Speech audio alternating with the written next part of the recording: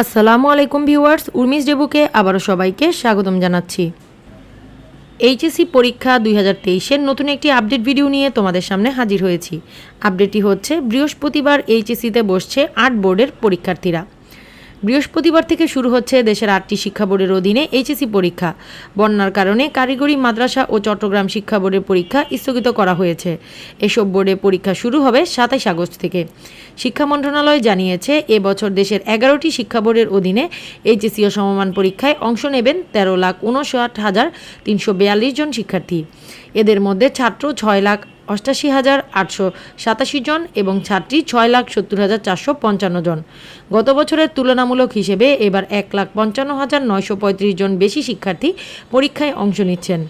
মন্ত্রণালয় আরও জানিয়েছে, সারা দেশে 2,658টি কেন্দ্রে এই পরীক্ষা সুষ্ঠু পরিবেশে অনুষ্ঠানের জন্য নানামুখী উদ্যোগ নেওয়া হয়েছে। চলতি বছর সকল বিষয়ে পূর্ণ নম্বর এবং পূর্ণ সময়ে পরীক্ষার অংশ নেবে। তবে আইসিটিতে 100 নম্বরের পরিবর্তে 75 নম্বরের পরীক্ষা হবে। 2022 সালে সব বোর্ড মিলিয়ে পরীক্ষার্থী ছিলেন 12,43,407 জন। সেই হিসেবে এবার পরীক্ষার্থী বেড়েছে 1,55,935 জন। দেশের 9টি সাধারণ শিক্ষা বোর্ডের অধীনে পরীক্ষায় অংশ নেবে 11,08,594 জন শিক্ষার্থী।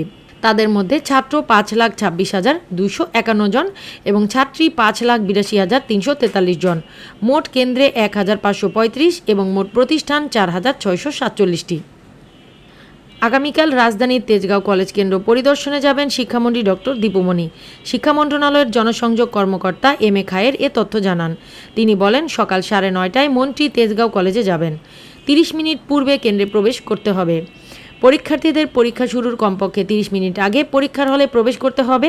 অনিবার্য কারণে কোনো পরীক্ষার্থীকে এর পরে প্রবেশ করতে দিলে তার নাম, রোল নম্বর, প্রবেশের সময়, বিলম্ব হওয়ার কারণ ইত্যাদি একটি রেজিস্টারে লিখে প্রবেশ করতে দিতে হবে। তবে তার এই দিনের দেরিতে প্রবেশের কারণ সংশ্লিষ্ট শিক্ষা বোর্ডে প্রতিবেদন দিতে হবে।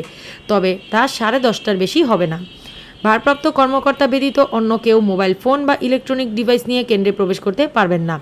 শুধু ভারপ্রাপ্ত কর্মকর্তা মোবাইল ফোন ব্যবহার করতে পারবেন, তবে ছবি তোলা যায় না এমন মোবাইল ফোন। পরীক্ষা সংশ্লিষ্ট ব্যক্তি যেমন পরীক্ষার্থী, কক্ষ পর্যবেক্ষক, মন্ত্রণালয়ের কেন্দ্র পরিদর্শন টিম, বোর্ডের কেন্দ্র পরিদর্শন টিম, জেলা প্রশাসন ও উপজেলা প্রশাসনের পরিদর্শন টিম, নিরাপত্তার দায়িত্বে নিয়োজিত আইন প্রয়োগকারী সংস্থার সদস্য ব্যতীত অন্য কেউই কেন্দ্রে প্রবেশ করতে পারবেন না। বিশেষ চাহিদা সম্পন্ন শিক্ষার্থীরা পাবে অতিরিক্ত 20 মিনিট। বিশেষ চাহিদা সম্পন্ন পরীক্ষার্থীদের জন্য অতিরিক্ত 20 মিনিট সময় বৃদ্ধি করা হয়েছে। প্রতিবন্ধী, autistic, Down syndrome, cerebral palsy পরীক্ষার্থীরা অতিরিক্ত 20 মিনিট স্বশিক্ষা অভিভাবকের সাহায্য নিতে পারবেন। ডেঙ্গুর প্রাদুর্ভাবের মধ্যে এবার পরীক্ষা হওয়ায় ডেঙ্গু মোকাবেলায় কেন্দ্রের ভারপ্রাপ্ত কর্মকর্তাদের বিশেষ নির্দেশনা দেওয়া হয়েছে। বিদেশের জেদ্দা, রিয়াল, ত্রিপলি, দোহা, আবুধাবি, দুবাই, বাহরাইন, সাহাম, ওমান সহ মোট 8টি কেন্দ্রে 327 জন শিক্ষার্থী পরীক্ষায় অংশ নেবে।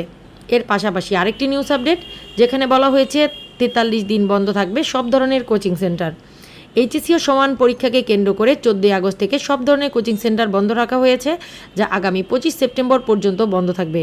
পরীক্ষায় প্রশ্ন ফাঁসের গুজব এবং নকলমুক্ত পরিবেশে সুষ্ঠুভাবে পরীক্ষা অনুষ্ঠানের লক্ষ্যে সব কোচিং সেন্টার বন্ধ রাখার সিদ্ধান্ত নেওয়া হয়েছে। সাধারণ শিক্ষা বোর্ডগুলো তত্ত্বীয় পরীক্ষা 17 আগস্ট থেকে শুরু হয়ে 25 সেপ্টেম্বর শেষ হবে। ব্যবহারিক পরীক্ষা 26 সেপ্টেম্বর হতে শুরু হয়ে 4 অক্টোবর শেষ হবে। এইচএসসি পরীক্ষার কেন্দ্র তালিকা নিয়ে নতুন আরও একটি আপডেট প্রকাশিত হয়েছে মাধ্যমিক ও উচ্চ মাধ্যমিক শিক্ষা বোর্ডের ওয়েবসাইটে। সেখানে লেখা আছে, আসন বিন্যাস উচ্চ মাধ্যমিক সার্টিফিকেট পরীক্ষা 2023 সংশোধিত।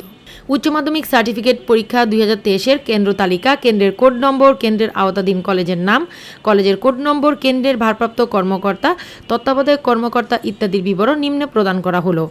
কেন্দ্রের ভারপ্রাপ্ত কর্মকর্তা সংশ্লিষ্ট কলেজের অধ্যক্ষের নিকট থেকে কেন্দ্র ফির টাকা গ্রহণ করে গোপনীয় কাগজপত্র জেলা প্রশাসকের মাধ্যমে অলিখিত উত্তরপত্র অন্যান্য কাগজপত্র ঢাকা শিক্ষা বোর্ড থেকে সংগ্রহ করে পরীক্ষা পরিচালনা করবেন। প্রতিদিন পরীক্ষা শেষে সন্ধ্যা 7টার মধ্যে ডাক যোগে ওএমআরের প্রথম অংশ ঢাকা শিক্ষা কম্পিউটার কেন্দ্রে এবং উত্তরপত্রসমূহ পরীক্ষা পরিচালনা নীতিমালা মোতাবেক পরীক্ষা নিয়ন্ত্রক বরাবর প্রেরণ করবেন। ভেন্যু কেন্দ্রসমূহ মূল কেন্দ্র থেকে টাকা এবং প্রয়োজনীয় কাগজপত্র গ্রহণ করে পরীক্ষা চলাকালীন পরিচালনা করবেন এবং পরীক্ষা শেষে এতৎ সংক্রান্ত যাবতীয় কাগজপত্র মূল কেন্দ্রের ভারপ্রাপ্ত কর্মকর্তার নিকট জমা নেবেন। জেলা সদরে জেলা প্রশাসক, উপজেলায় উপজেলা নির্বাহী অফিসার পরীক্ষা কেন্দ্রের তত্ত্বাবধায়ক কর্মকর্তা হিসেবে দায়িত্ব পালন করবেন। এইচএসসি পরীক্ষার কেন্দ্র হিসেবে নির্বাচিত কলেজের অধ্যক্ষ বা ভারপ্রাপ্ত অধ্যক্ষ বা স্কুল অ্যান্ড কলেজের ভারপ্রাপ্ত কর্মকর্তা হবেন অধ্যক্ষ বা ভারপ্রাপ্ত অধ্যক্ষ বা কলেজের সিনিয়র কোনো অধ্যাপক। নিচেই দেখতে পাচ্ছ সংশোধিত কেন্দ্র তালিকা। নিচে দেয়া রয়েছে জেলা, ক্রমিক নং, কেন্দ্র কোড, কেন্দ্র ও কেন্দ্রের আওতাধীন কলেজসমূহ। আজ এ পর্যন্তই বন্ধুরা, তোমরা জানতে পারলে আগামীকাল অনুষ্ঠিত হতে যাওয়া এইচএসসি পরীক্ষার পূর্বে কি করা উচিত বা কি করা উচিত নয় এর বিস্তারিত এবং সর্বশেষ আপডেট তথ্য। আবারও নতুন নতুন আপডেট তথ্য নিয়ে তোমাদের সামনে হাজির হয়ে যাব। তাই বিদায় নিচ্ছি আজ। আল্লাহ হাফেজ।